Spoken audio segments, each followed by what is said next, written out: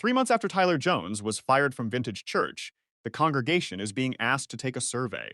One of the 17 questions on that survey asks whether members had any prior knowledge or concerns about Jones's leadership, conduct, or relationships. Read that again. Prior knowledge or concerns. That question alone tells you that this story is far from over, and that what has already been made public may be only part of what investigators are now looking for.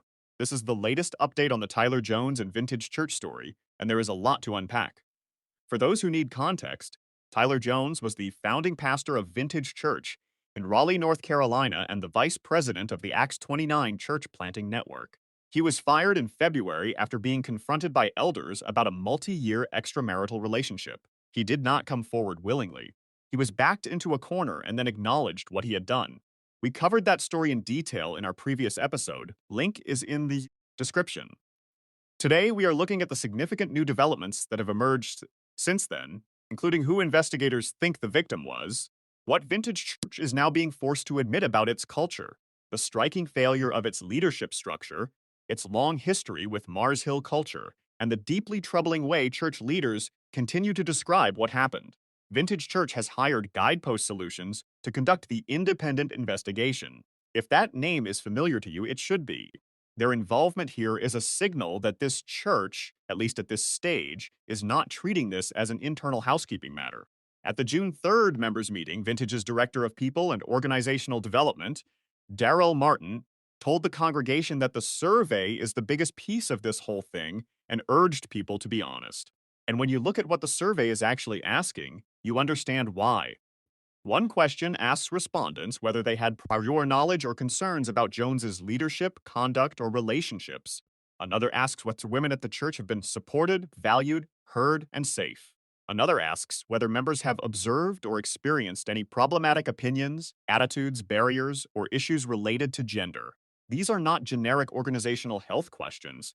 These questions have a direction, and that direction points toward a church that may have had warning signs about both the conduct of its pastor and the treatment of women that were either missed or deliberately ignored. The survey closes June 21st. The final report is expected in the fall. Here is the detail that reframes everything else. Vintage Church has described what happened as an extramarital relationship with a woman, then the situation, then recent events. The language has gotten progressively vaguer, not more specific, as time has gone on.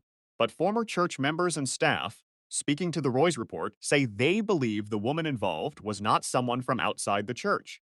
They believe she was a Vintage Church employee, a member of the congregation, a woman who considered Tyler Jones both her boss and her pastor at the same time. If that is accurate, this was not a relationship between peers.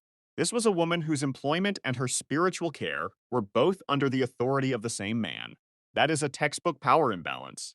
The exact kind of situation that abuse experts and legal scholars have spent decades building frameworks to address. North Carolina law explicitly prohibits sexual relationships in the workplace where consent is an explicit or implicit condition of employment, and approximately 1/3 of U.S. states have criminalized clergy sexual abuse entirely, precisely because spiritual authority can be used to manufacture what looks like consent but is not. Experts do not call this an extramarital relationship. They call it sexual abuse. They call it misconduct. And the fact that Vintage Church leadership is still not using those words, 3 months after the firing, with a professional investigation firm now on the ground, is itself part of the story. At the June 3rd meeting, Elder Tom Johnson told the congregation something that is hard to overstate. When Jones was removed, a structural problem became immediately visible. Jones had built the church's decision-making architecture so that everything ran through him alone. He was the sole line of communication between the elders, the church board, and the leadership team. No governance body could talk to another without passing through Tyler Jones first. Campus director Kayla Pleasance acknowledged they should have structured things differently and said it is actively changing now. But sit with what this actually means. This is not just poor organizational design. A pastor who controls all information flow between every accountability structure in his church has, whether intentionally or not, made oversight structurally impossible. No one can compare notes. No one can identify patterns. Concerns stay fragmented. Red flags stay isolated. And someone with something to hide has every tool they need to keep hiding it for years. And this matters even more when you know the history. In 2012, the same year Jones's reported relationship allegedly began, Vintage Church's executive pastor Nate Williams resigned and confessed to sexual misconduct and to mistreating female employees. That was 14 years ago, and the church continued operating with this same one-man information bottleneck in place. Interim pastor Sean Cross added another significant admission at the same June meeting. We failed to hear and heed the voices of women on our staff. That is not a general aspiration to do better. That is a specific acknowledgement that women's at this church were speaking, and leadership was not listening. The investigation now has to answer what they were saying and when. There is a cultural backdrop to all of this that you cannot fully understand this story without. In the early 2010s, Vintage Church was occasionally called Mars Hill East. That was not a random nickname. It reflected a genuine alignment between Vintage and Mars Hill, Seattle. Mark Driscoll's church, which was at the time the most celebrated evangelical congregation in America.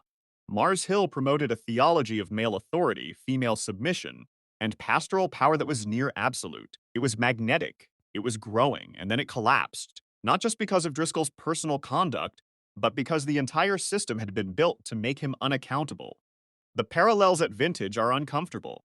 A pastor whose information control made oversight impossible, women's voices being sidelined, a culture that punished vulnerability, a previous executive pastor already having resigned for sexual misconduct in 2012. Interim pastor Eric Spivey, to his credit, went further than most church leaders do in moments like this. He said the church is now prepared to examine whether even its theology, its stated beliefs about gender and leadership, needs to be revisited. We want to be humble enough to say, let's take a look at that, he told members, even if that flies in the face of how things have always operated. That kind of statement, in a theologically complementarian church, is significant. It is also, again, a question that is a decade overdue. I want to close on something that might seem like a detail, but is actually central to this entire story. Watch how Vintage Church's language has evolved since February. First, it was an extramarital relationship with a woman. Then the situation. Then recent events. Then what has happened, moral failure-wise. Then interim pastor Eric Spivey referring to what we've been through.